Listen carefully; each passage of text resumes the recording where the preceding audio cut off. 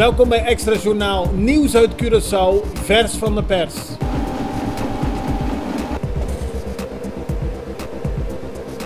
En dit is het nieuws van vandaag. Neisa Skop-Isenia heeft haar kandidatuur ingetrokken voor de positie van minister van Economische Ontwikkeling.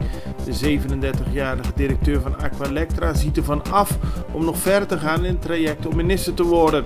Naar verluidt is haar screeningsprocedure afgerond, maar zijn er onbevestigde berichten vanuit de centrale bank gekomen die het onmogelijk voor haar maken om alsnog benoemd te worden. Neisa Skop-Isenia gaat een zaak beginnen tegen de centrale bank van Curaçao in Sint Maarten hierover. Volgens de Extra is er zelfs gedreigd om allemaal informatie naar buiten te brengen, allemaal om te zorgen dat Skop-Isenia geen minister zou worden. Minister-president Eugène Ruggenaat heeft gisteren tijdens een persconferentie aangegeven dat er concrete interesse bestaat bij internationale bedrijven om de Curaçaose raffinaderij voor een langere periode over te nemen. Binnenkort wordt er een technische inspectie verricht door een van die gegadigden. Ruggenaat gaf verder geen details prijs, maar benadrukte dat er alle reden is voor optimisme. Hij veroordeelde het negativisme dat er de laatste tijd te zien is rond de toekomst van de raffinaderij. Volgens hem heeft een speciaal onderhandelingsteam van de raffinaderij in de afgelopen weken gesprekken gevoerd in Europa, Amerika en China. In de Nederlandse media is er vandaag veel aandacht voor hovenier Ronald Molenaars, die dinsdagochtend in zijn appartement in Schelpwijk werd doodgeschoten. Ronald kwam om het leven bij een gewapende overval op zijn Chinese buurman. 4 gewapende en gemaskerde mannen drongen diens woning binnen in de ochtend. Er zou een gevecht zijn ontstaan waarbij een man gewond raakte. Daarna forceerden de overvallers de deur van de ernaast gelegen woning van Molenaars.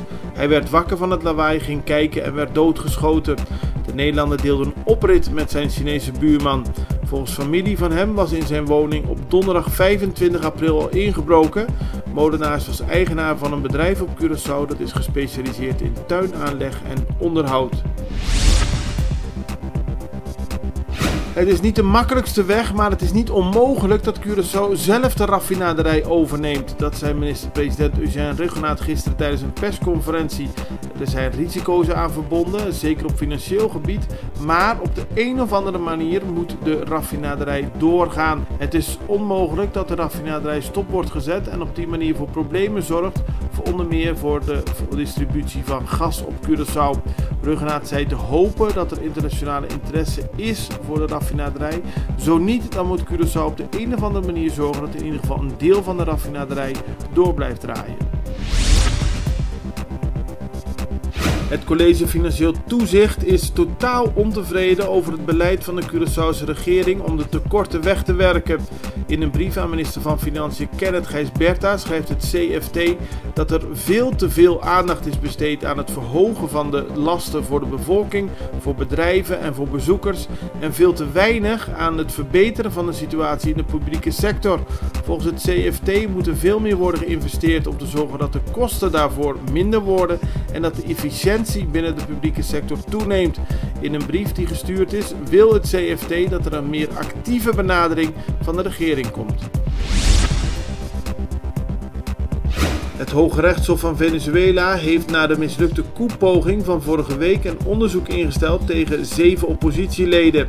Hen is dinsdag onder meer landverraad, rebellie en samenzwering ten laste gelegd. De gerechtelijke procedure wordt overgelaten aan het Openbaar Ministerie en de grondwetgevende vergadering. Zij bepalen wat er verder met de oppositieleden gaat gebeuren. De Venezolaanse volksvertegenwoordiging, die wordt gecontroleerd door tegenstanders van president Maduro, veroordeelt de maatregelen. Die is volgens het parlement in strijd met de parlementaire onschendbaarheid van de afgevaardigden. Een van de 8 scholieren die gewond zijn geraakt bij een schietincident op een middelbare school in de omgeving van Denver in Amerika is aan zijn verwonding overleden. 2 scholieren hadden daar op een school in Highland Ranch, zo'n 40 kilometer ten zuiden van Denver in de staat Colorado, het vuur geopend op medescholieren en daarbij 8 van hen verwond. De 2 daders zijn gearresteerd. De school biedt plaats aan 1850 scholieren. De agenten doorzochten de school naar een mogelijke derde dader, maar stelden later vast dat de 2 scholieren alleen hadden gehandeld. Eén van de 2 scholieren is minderjarig. Over de motieven konden de autoriteiten niets zeggen. Dit was Extra Journaal met nieuws uit Curaçao in het Nederlands elke doordeweekse dag. Tot de volgende keer.